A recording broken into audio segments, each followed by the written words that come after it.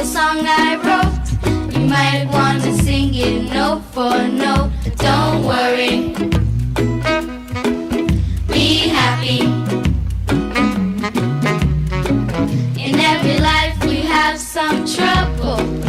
When you worry you make it double. Don't worry, be happy.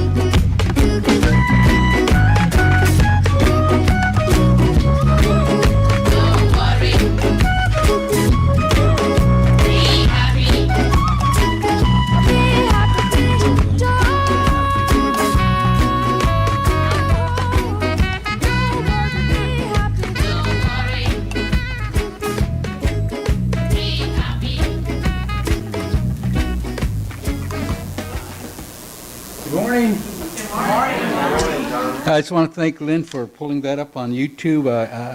It was perfect. I'm going to be going to a wildcrafting skills week event, and that's the theme song I sing, but we all sing "Don't Worry, Be Hopi." And Hopi, when you're, well, actually Hopi means brother and sister, or more intimately in the Hopi religion is that we literally believe that we're all brothers and sisters, literally. I'm probably the last generation that really believes that. And it's really cool to be in groups like this, or where I'm going to go, where there are like 300, 400 kids, man, all just dancing around, and then the musicians and the adults are, you know, playing the instruments, and to feel that connectiveness of, in this case, it's wildcrafting. I'll be teaching some pottery, but everything from arrow making to, you know, skinning rabbits and making tule canoes, making bows and arrows, everything. And but the other thing that brings us together there is our love of nature.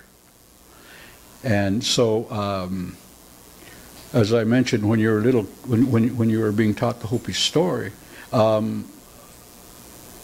it's really encoded in you that we're supposed to be happy. The anthropologist kind of messed up Hopi. It's really Moki. And Moki means the peaceful ones, to be at peace within yourself first. And so our nature or our propensity as little kids is prayer. That's first and foremost. And that prayer is to connect us, as we were taught, well, I being now a farmer, to a relationship with Dawa, or the sun or the source. Some would say God.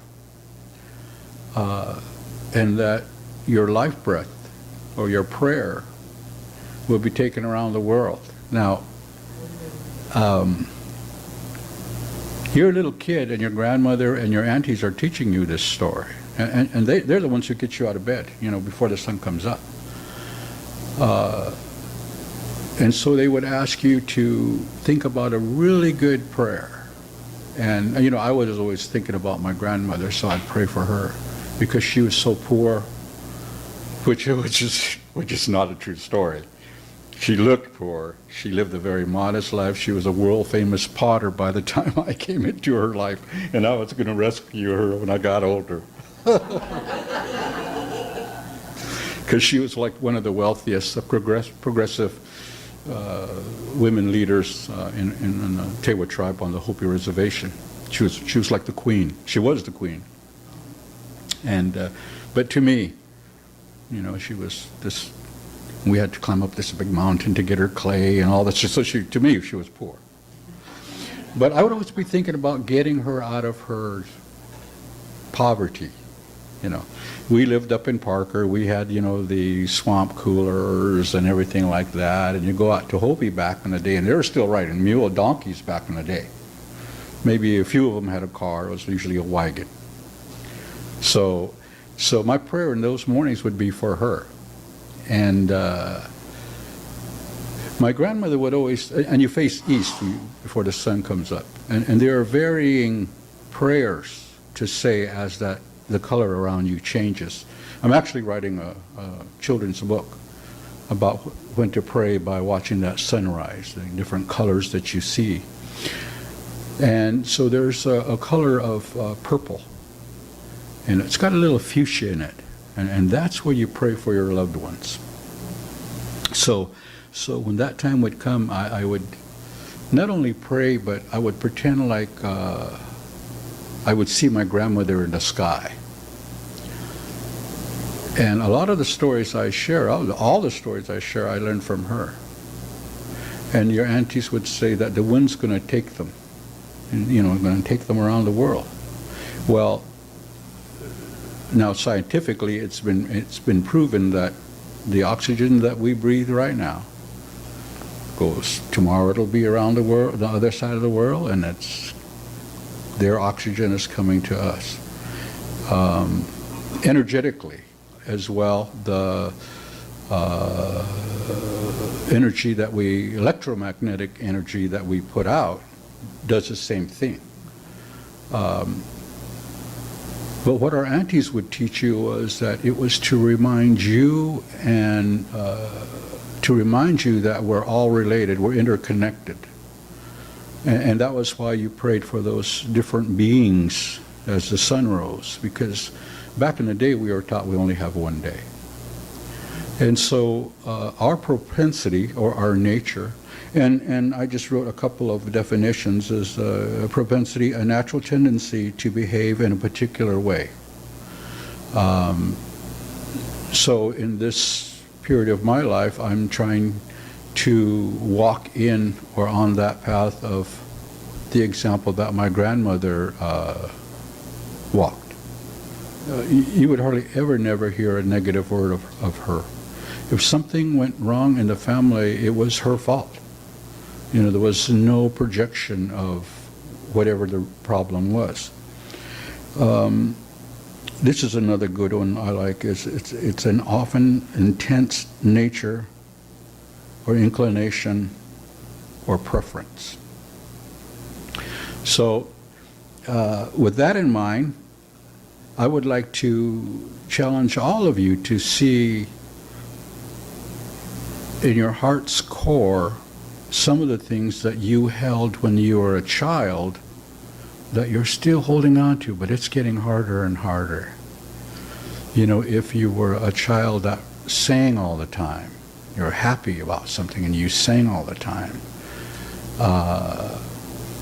I believe that we're in a shift in the universe, not only this universe, but the cosmos, and then in the Holy of Holies, our divine self, that there is a shift.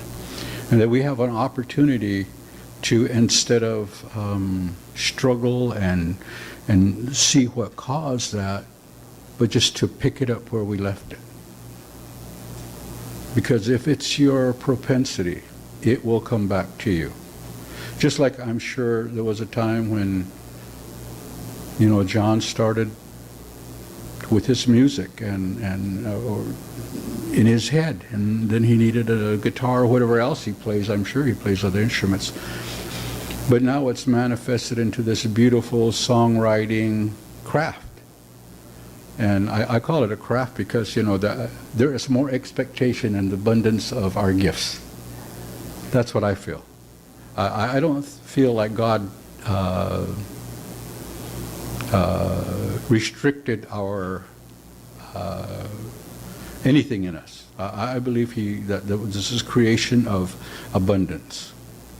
And so one of the, I wrote down four thoughts. One is joy. And so I would say, if we're a community of higher consciousness, how are we expressing that joy? It would be individually first. Now, I personally have a hard time really expressing that joy. When I'm in a larger group, you know, where everybody's there, I mean, boom, it's there. But with my grandchildren and everything else, you know, the real world, it's a little difficult for me. So I do know that chemically in our brain, when we have that joyful attitude, there's these endorphins that are released, right? Well, there's another easier, simpler way that could happen, and that's just if you smile, you know. So I literally, without saying anything, I have to force myself to smile. I mean, I'm being real with y'all. That's how I do it.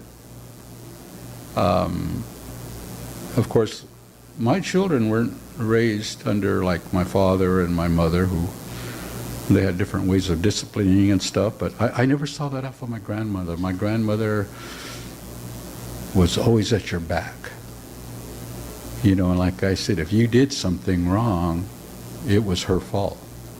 And psychologically, of course, you strive not to do that anymore because you didn't want to see her take it on.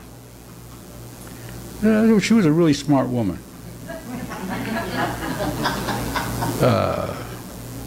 She's a historical Hall of Famer, and a lot of anthropologists and you know, whoever was on that Hopi reservation, one way or another, in all of their books, they have a reference to my grandmother. Her name was Grace, and that was her propensity. You know, a lot of them said that name really fit her. And so I had that example of her. So when people are receptive to me, I'm really open-hearted to them. And so going back to joy, this morning I was just going to express some of the what joy, in other words, meant. And so the other word I wrote was love. And some of you who know me, my definition of love is to will the highest good toward one. And we can't love ourselves, then what kind of expectation do we have from our source or God? Because if we can't recognize love in ourselves, how can we recognize love from that source? Unfortunately, intellectually, we're caught up in a dualism. And I just have to say, thank God he isn't, or that source isn't, you know. But, so what I did was this morning, I looked up Corinthians 13, 4 through 8. Love is patient, love is kind, it does not envy, it does not boast, it is not proud, it does not dishonor others, it is not self-seeking, it is not easily angered, it keeps no record of wrongs. Love does not delight in evil, but rejoices in the truth. It always protects, always trusts, always hopes, always perseveres, and love never fails. I think if we took those words there and applied them to our inner core or our heart and really started practicing them on ourselves, especially the one where it keeps no record of wrongs. I'm in a debate right now with, I'll be attending in November the Religious World Conference. So I'm on this committee of forgiveness. We're going to be debating forgiveness. I'm the only one who believes that if you forgive someone, you have to forget. The only one. Let me just say, because I've had an extremes episodes in my life. At one time, I could have quoted you. I could have probably talked to you like a minister. I went to a Bible college, and I got a little thing from it, you know. But the only one, there's 100 in this committee, and then they're going to make it smaller. And some of these are big people that believes that when you forgive, you erase it away. And like I said, because I've had these swings in my life that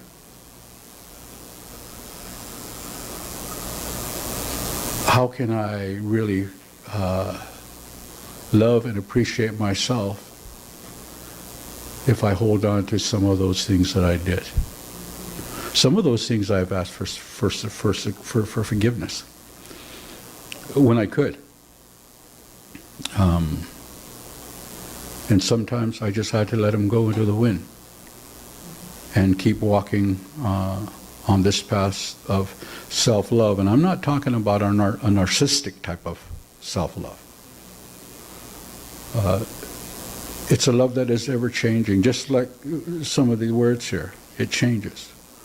The other thing when it comes to love is truth. Rejoices with the truth. And just these last couple of years, well, this past year, I started to realize that truth moves. You know, what I held true near to me, and then some new truth comes on, well, what we would normally think? Well, I was a fool, or, you know, well, that brought me this far, and, you know, I kind of got to let it go. But what I've come to understand is that when we've embraced, lived, and practiced that truth, when we come to that point of a new truth, then we let it go back into that wind, and it becomes somebody else's truth and more empowered because we lived it and practiced it. And that truth will carry them to where they want to go. That's what I've come with truth. So it moves. I'm not saying truth isn't there or an illusion, but really truth and love, that you know, that's kind of brings me to the next one is trust. Now trust, to me, with we put love and truth, that's sharing. You know, sharing your, I'll use that word again, inner core, your heart. some of our fears that we have. And by the way, I think some of you have heard my definition of fear, because I was really having a problem with that when, I walked down the alleyways looking for whatever I could find on a Sunday morning. And when I picked myself up, people would give me weird looks, and I went, oh man, what did I do, So even a smile was scary to me, like what did they have on me? So I have a brother-in-law who's a Sanskrit scholar, and I didn't like the definition of fear. It just wasn't helping with my sobriety. So I wanted to find a word that I could practice. And he came back to me and said, man, you're going to love this. You're going to love this. He goes, the root word for fear in Sanskrit is reverence of life. So going back to that hardcore, what are some of those things, even like this propensity, some of the things that we might have enjoyed when we were kids, that is keeping us from stepping right back till I said, go into that place and picking it right back up and practicing it. Right now, I'm going through, as an individual, my art used to be really fine. I'm a Capricorn, so everything has to be perfect, and my art was, I was really proud of it. I mean, it's all over. So when I had my stroke and other episodes in my life, now my art looks more folkish and really simple. And now I have to practice that, less is more. Yeah, and I still, I mean, to this day, still, like, my daughter says, Dad, that looks good, and I say, well, if I, and if I'm making right now I'm making these prayer pipes, I must have made about 15 of them. I've broken all of them because I wasn't happy with them. Polishing too hard or whatever. It looks nice. Stop. I mean, my daughter says, "Stop right there, Dad. Stop. That's okay." And my fine lines, I used to make hair and rain, very fine. Now I have to use like a medium brush. My lines aren't as straight and smooth as ever. And I've tried different types of brushes and whatever to try to get what I had. So I'm really, with this current that is in my life, having to understand that I'm still in a boat, that I'm secure, and how do I ride this current? Because I still have the crafts. I have the ability. So one thing I'm trying to do is to start teaching it as well. And anything, my art, I used to hang around with real famous native artists, and the collectors would come and buy their art, and I didn't think my art was as great as theirs, but those collectors would say, their art's beautiful, but we could feel your art. So that's what I'm trying to, when I do my art, that's how I'm embracing how it's coming out nowadays, just to put a good feeling in it. And so trusting in our abilities, trusting in our gifts. And I just want to keep going back to, what was it in your life as a child that you knew was a part of you, or a connection to this earth existence? One of the things that I always held was I had a strong will. If you look at my legs, the left leg is smaller than my right. I had polio when I was a kid. I was told, you can't do this, you can't do that. I wanted, by the time I was 4, to be a soldier, a chef, and a police officer. There was no way you're going to be able to do that. Well, by the time I passed away some 18 years ago, I was all 3. So I had this will to persevere. And so even something like that, and I would just say it was so strong that a lot of the things I was doing, the people that were processing me cheated for me. You know, they made, because I also had this spirit of, and this presence. So, but going back to what is it in you that you want to reconnect with? Writing, art, singing. Mine is really, I had a dream the other night, and I realized when I was a child that I don't know. There's this special on hosted by Will Smith called One Strange Rock, and the other day they had a thing about water. And when I was a little child, I always, my grandmother actually told me, yeah, that we're in the ocean, you know, and that if you learn how to swim, you can swim anywhere in that ocean. And so as a little boy, I used to like to swim and try to catch the dolphins and the whales that I saw. So I had to reconnect with the element of water and, of course, nature. One of the things, before I close here, is that the last word I had was patience. But one of the example I will use to how do you pick this up, how do you bring it out?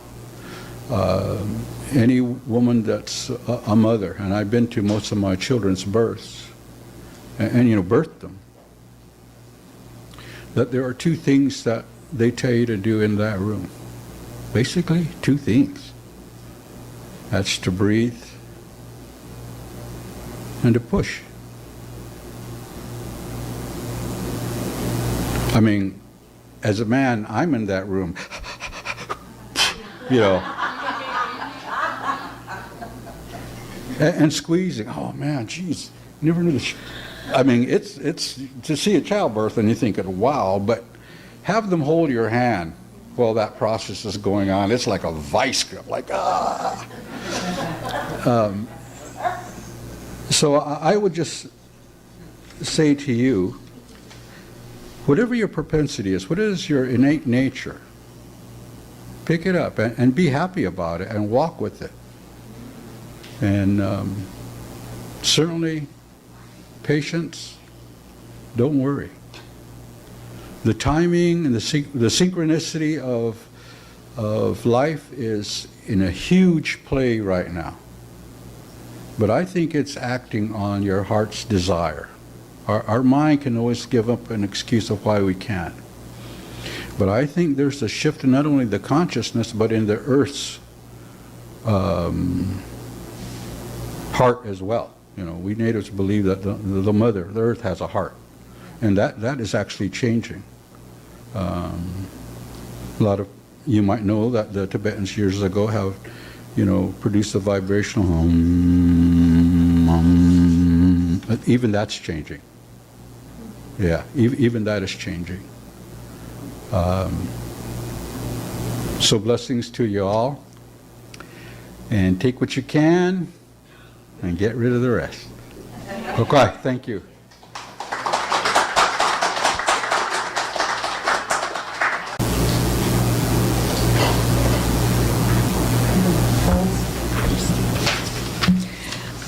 Thank you, John. That was exactly what I needed to hear, and I'm assuming that a lot of people feel the same way.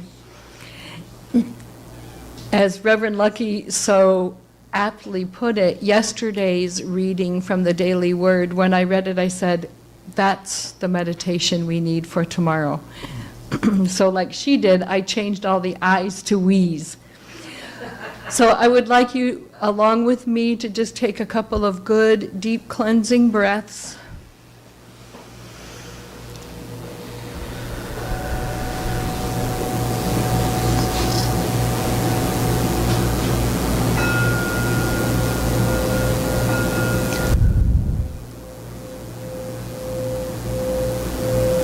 As we breathe in and out, focusing on our breathing, let's all focus on everything that is good in our lives.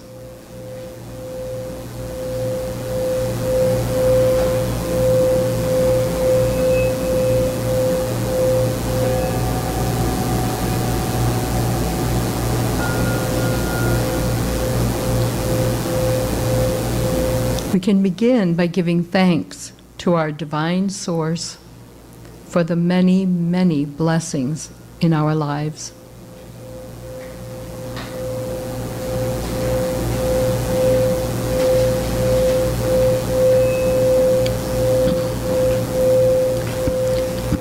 We are grateful for the very breath that animates us.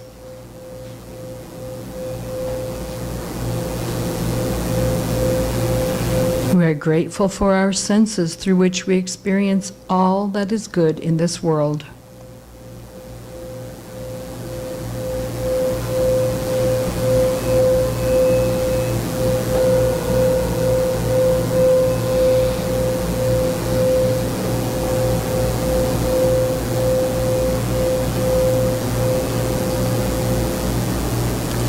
Through the sense of sound, let the sound of the bowls relax you and bring you peace. Feel the vibrations of the bowls go all the way through to your inner core to guide you.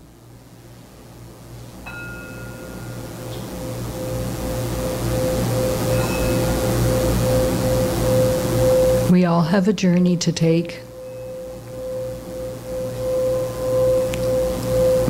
And as we go on our journey, we know joy, love, and peace are gifts of God.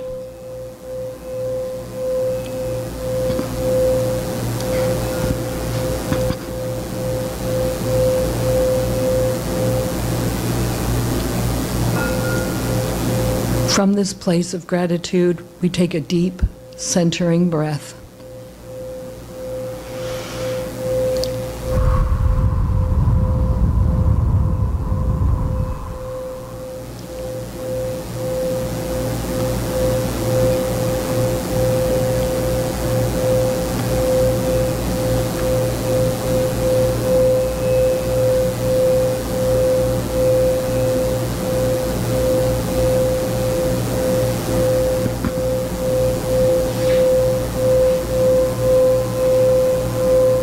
Inhaling and exhaling, we bring our awareness to the present moment.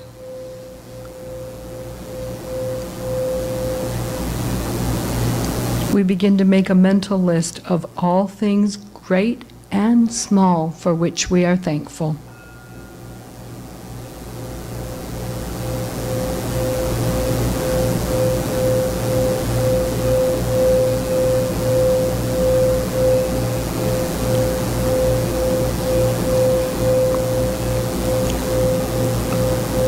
Thoughts of individuals like Carol Ann, like Kat, like Jim and Cindy and Nancy and all the others who cannot be here with us today.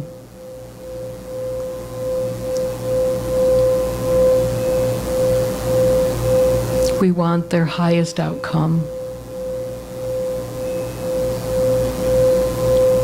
We know that it will be.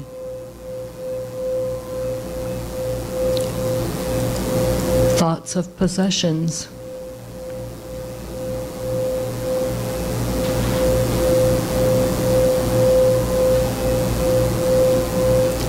Though we may live modestly, we have so many possessions of beauty, joy, kindness, and love.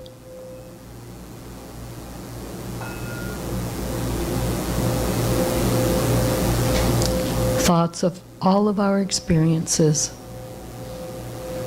the things we've gone through before we came here to be part of Unity Center of the Desert, and the things that we've experienced together as Unity Center of the Desert. the experiences that we're going to take with us wherever we are, whoever we are, and whatever we are.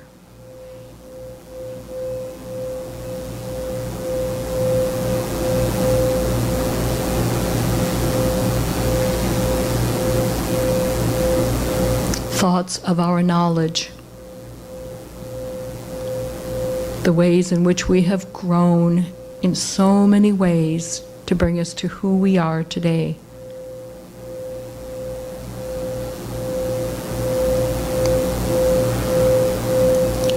Thoughts of health, the struggles that we've all had to go through to mold us and shape us into the wonderful, beautiful people that we are.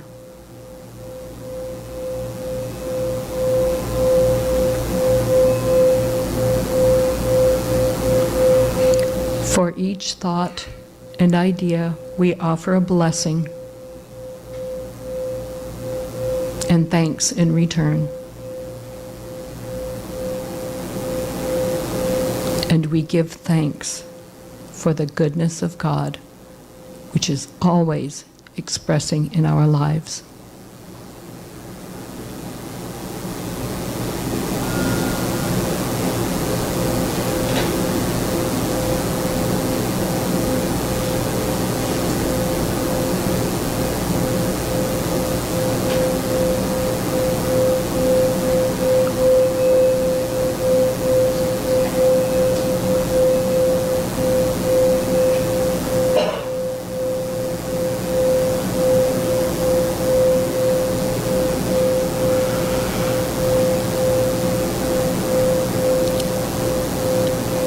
The Bible verse that was taken from, I just wanted to share it with you in case you didn't see it yesterday, was from Chronicles, 1 Chronicles 16:34, one of my favorites. Oh, give thanks to the Lord, for he is good, for his steadfast love endures forever.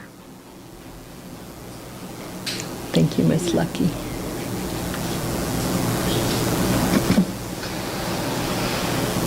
Talk about gifts and talents. We really appreciate that one.